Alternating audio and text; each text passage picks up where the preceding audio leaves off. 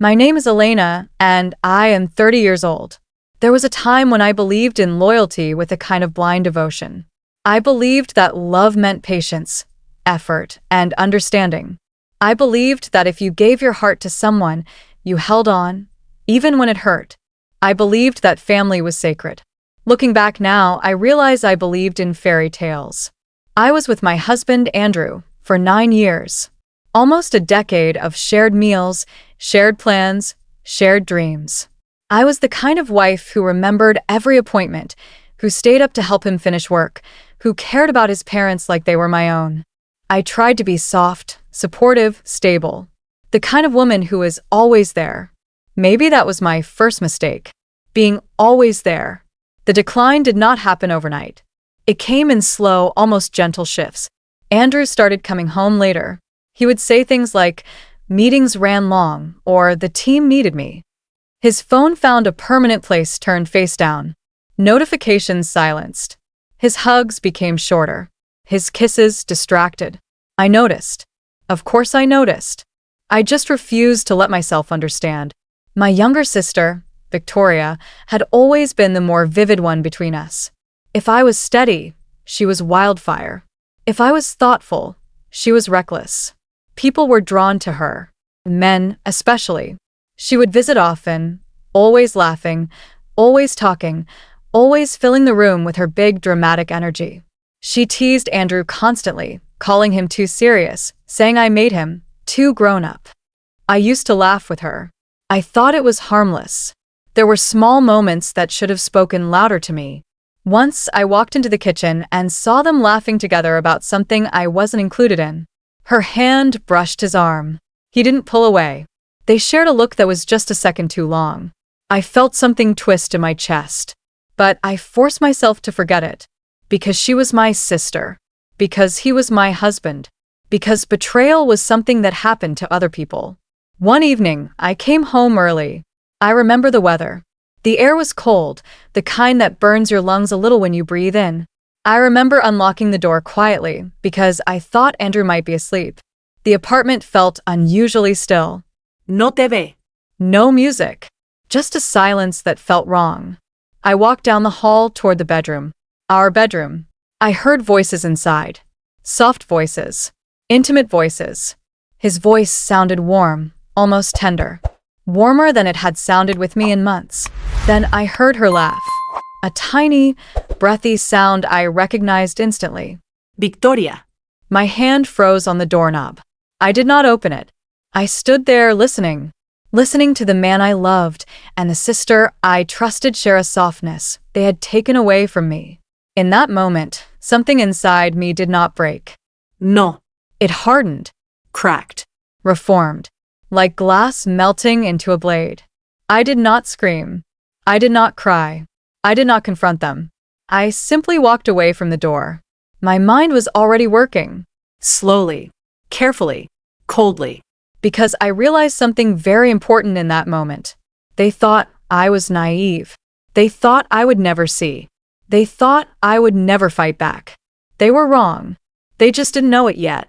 I did not confront them that night. I walked out of the apartment, down the stairs, into the cold air.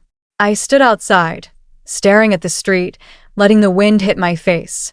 I needed to feel something real, something that reminded me I existed outside of them. I remember thinking very clearly, do not react. Not yet. Watch. Learn. Plan. Emotions make mistakes. I didn't intend to make any. When I returned an hour later, they were in the living room. Fully clothed. Acting normal. How convenient. Andrew looked up with surprise painted on his face, like a child caught stealing cookies, but still hoping to deny it. "Oh, hey," he said. "You're home early." Victoria smiled like she owned the room. Her lipstick was smudged. Just a little. But I saw it. I smiled back. Yeah. Just felt tired. Thought I'd come home sooner. I walked past them and went to the kitchen. My hands were steady when I poured tea. My voice was calm when I asked Victoria if she wanted some. She laughed and said she had to leave soon. Of course she did. She always left before the evidence could stain her. Andrew didn't look at me much. He didn't realize yet that I knew. Not knowing is dangerous. It makes people sloppy. And I wanted them sloppy. I started collecting proof. Over the next week, I became a shadow version of myself. Not weaker. Smarter. I watched how Andrew smiled at his phone. I counted how long Victoria's visits lasted. I noticed how his shirt smelled like her floral perfume. I saw the change in how she hugged me, just a little too quick, too stiff, too careful. Guilt has a scent, and they reeked of it. I bought a small voice recorder and slipped it under the passenger seat of his car. I installed a discreet camera in the living room bookshelf. I found a cheap second phone and synced it to his messages during one of the nights he passed out on the couch. I didn't need to hack him. He trusted me. How poetic. Within 5 days, I had everything. Texts, Calls. Plans. pictures, their laughter, their whispers, their excuses. There was one recording I listened to more than once. Victoria's voice. She won't figure it out, Andrew. She always wants to see the good in people. That's why she's weak. Andrew replied quietly, a soft laugh in his throat. She's comfortable. She won't go anywhere. Comfortable. Weak. A woman who sacrifices is always mistaken for one who can't fight. I didn't cry. I didn't break. I just changed. Then I started preparing my revenge. Revenge is not about anger. Anger burns fast and leaves ashes. Revenge is discipline, calculation, patience. I opened a new bank account under my name. I rerouted my pay. I collected every personal document, every sentimental item, every piece of myself that I ever gave to our shared life. He didn't notice. He was too busy lying to me. I also visited my lawyer. Not the friendly, casual lawyer you hire for simple paperwork. No. I found a lawyer who specialized in high-conflict divorces. A woman who had seen everything and won everything. She listened. She asked questions. She didn't pity me. When I showed her the evidence, she nodded once and said only 4 words. We'll take him apart. That night, I went home and cooked dinner. A good one, his favorite. Steak, seasoned perfectly. Mashed potatoes the way he liked them. A salad with vinaigrette instead of mayo. I set the table nicely. Liconde. I looked like a wife who still loved him. He walked in, saw all of it, and smiled like nothing in the world was wrong. Wow, he said. What's the occasion? I smiled softly. Just felt like being good to you. He kissed my cheek. And I let him. Because my revenge had already begun. The night of that dinner, I watched him eat the meal I prepared with a quiet fascination. He looked relaxed, comfortable, certain that his life was stable and that I was still safely in the place he had assigned to me. A loving wife. A woman who would never leave. A woman who would never fight back. He asked about my day. I told him it was fine. I asked about his. He told me he had been busy. A lie so smooth he did not even need to think about it. I studied him across the table. The man I once adored. The man who thought I would remain soft forever. After dinner, he wrapped his arms around me and kissed my forehead. The gesture felt almost paternal, as if I were something fragile to be protected. He had no idea that I was already sharpening myself into something he could bleed on. I let him fall asleep before me. His breathing was slow, steady, peaceful. Mine was not. That night, lying beside him, I promised myself quietly, I will not break down. I will make them regret underestimating me. I will take everything they stole and more. The reveal begins slowly. The first move was gentle. I began acting warmer toward Victoria. I invited her to coffee. I complimented her makeup. I left the head jokes. She relaxed quickly. Guilt likes to forget itself. During one of our coffees, she said, smiling casually, "You have been glowing lately. Is everything okay?" The irony almost made me laugh. I replied, "I just feel like I understand things more clearly now." She did not know what that meant. She did not know how close I was to tearing apart everything she thought she won. Then I chose the moment. Andrew had a business dinner approaching. He invited me along, expecting me to refuse like I had many times before. I agreed this time. The surprise in his eyes was small, but I saw it. That night, I dressed beautifully. Calm makeup, elegant hair, confident posture. Not desperate, not wounded, just strong. Everyone commented on how well we suited each other. Perfect couple. Solid marriage. Victoria texted him during the dinner. I saw his phone light up. He tilted it slightly away, thinking he was discreet. I reached out and placed my hand gently over his. Not with affection, with control. I missed you today, I said. His smile was slow and satisfied. He thought he still owned me. I watched him savor it. The trap. 2 days later, I invited Victoria to our apartment. I told her I needed her help choosing an outfit for an upcoming event. She arrived quickly, smiling, excited, unguarded. I knew Andrew would come home soon. I knew he would not expect to find us together. I knew their guilt would flicker across their faces like a warning sign. I prepared tea for us, placed my phone face down on the table, screen recording active, microphone on. My lawyer had taught me how to do it properly for court. We sat. We talked. We laughed. Then I said, lightly, "Do you ever think about loyalty? Like what we owe the people we love?" The air in the room shifted. Victoria blinked, slowly. "What do you mean?" she asked. I looked at her. Directly. Calmly. Unshaking. I think betrayal is not just an action. It is a choice someone makes every day they continue lying. Her smile faltered. The front door opened. Andrew walked in. He saw us. He froze. I watched them both with the stillness of a loaded gun. "Perfect timing," I said softly. "We were just talking about honesty." They both understood then.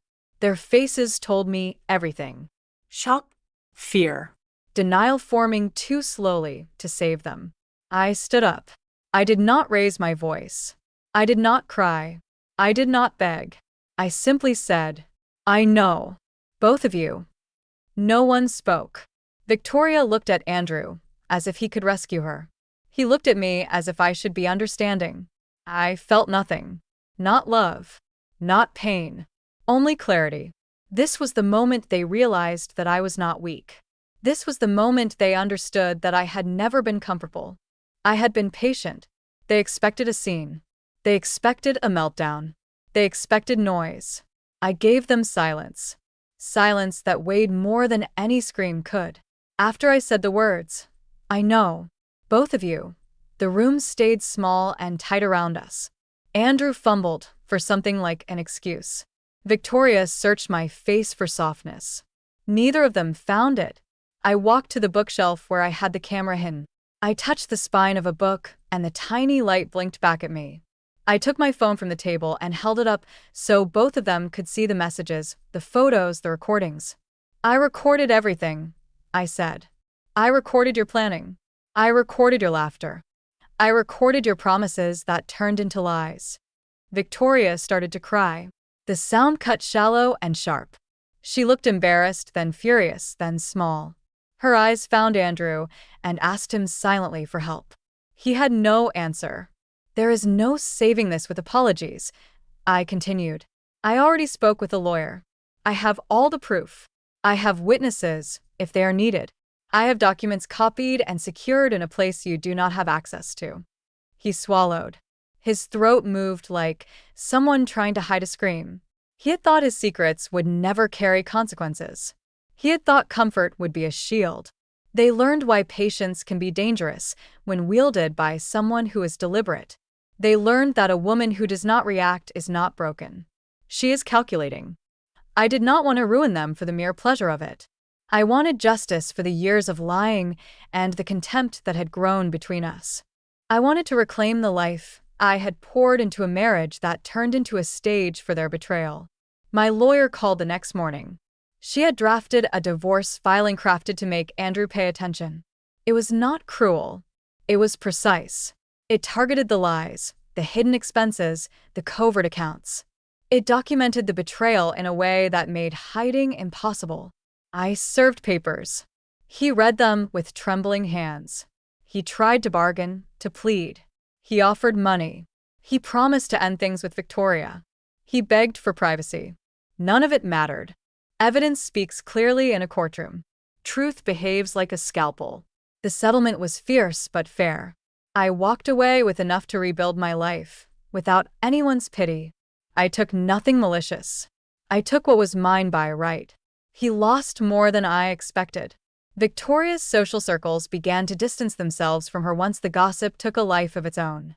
Reputation is a fragile thing. It fractures faster than trust. A few weeks after the divorce, both of them left the city. Andrew took a job that required him to be away from town. Victoria moved to a place where no one knew her name at first. Exile is not a legal sentence. It felt like one to them. During the months that followed, I received messages from people who had suspected something but did not want to be involved. Friends I thought would never speak admitted they had seen pieces and had been shocked. A neighbor confessed she had overheard late-night whispers. A former colleague of Andrew's apologized for not noticing his distractedness. Guilt echoes outward. It does not stay inside the bedroom. I did not celebrate. There was no party with champagne. There was a small ritual that felt more honest.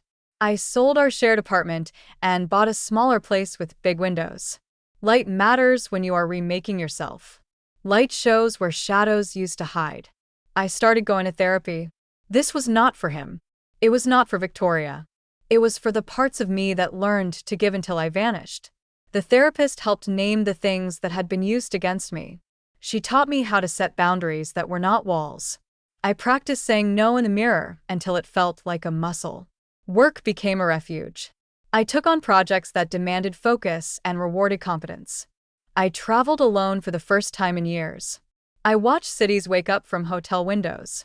I met people who were not part of my old story. Conversations with strangers reset my sense of worth. Sometimes at night, memories surfaced. Tiny flashes of a laugh, an old song on the radio, a place where the three of us had once stood together and believed in a future. Those moments hurt. I let them. I learned that feeling pain does not mean you are losing. It means you are alive.